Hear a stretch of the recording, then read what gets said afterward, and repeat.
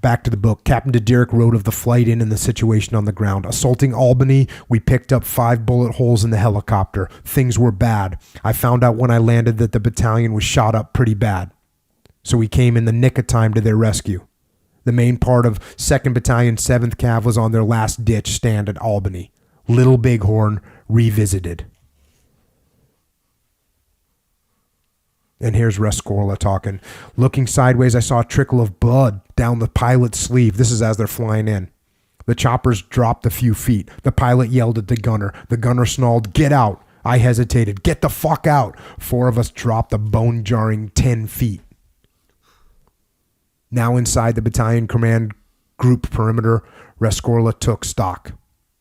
And here's what he says. The battalion sergeant major sat against a tree with a bandaged chest.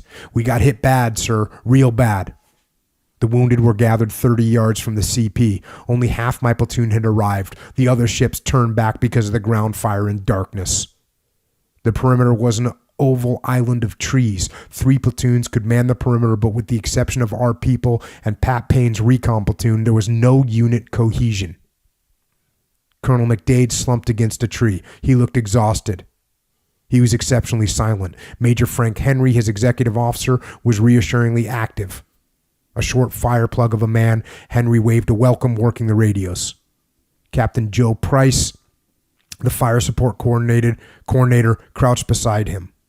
Clumps of survivors sprawled inside the perimeter, including several company commanders. Lieutenant Larry Gwynn watched the reinforcements arrive. I saw Rick Rescorla come swaggering into our lines with a smile on his face, an M79 on his shoulder, and his M16 in one hand, saying, "Good, good, good. I hope they hit us with everything they've got tonight. We'll wipe them up." His spirit was catching. The troops were cheering as each load came in, and we really raised a racket. The enemy must have thought that an entire battalion was coming to help because of all our screaming and yelling.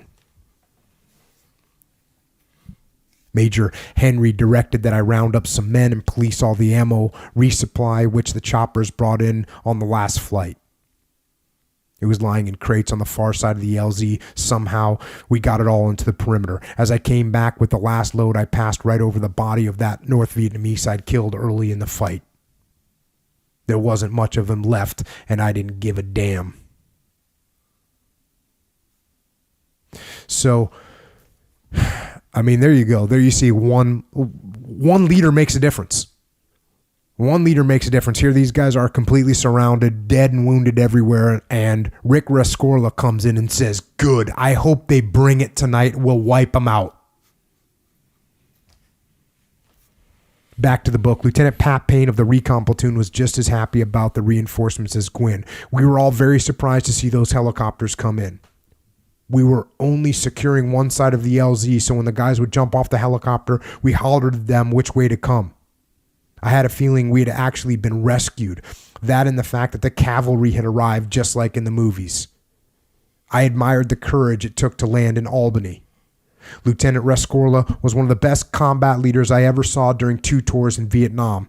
He walked around and pepped everyone up by telling them they'd done a good job, that there was support now, that things were under control. He never raised his voice, almost spoke in a whisper. We were awfully glad to see him and the others from Bravo Company. We got in there and told everyone, "All right, you did a good job." Didn't get all negative. Although he's actually, and he talks about it, and I think I'm going to cover it, but he talks about what he was actually thinking was like, this is going to be really problematic. In his mind, he was thinking, this is bad, really bad. But he didn't show that. He showed, hey, we're good. Bring it.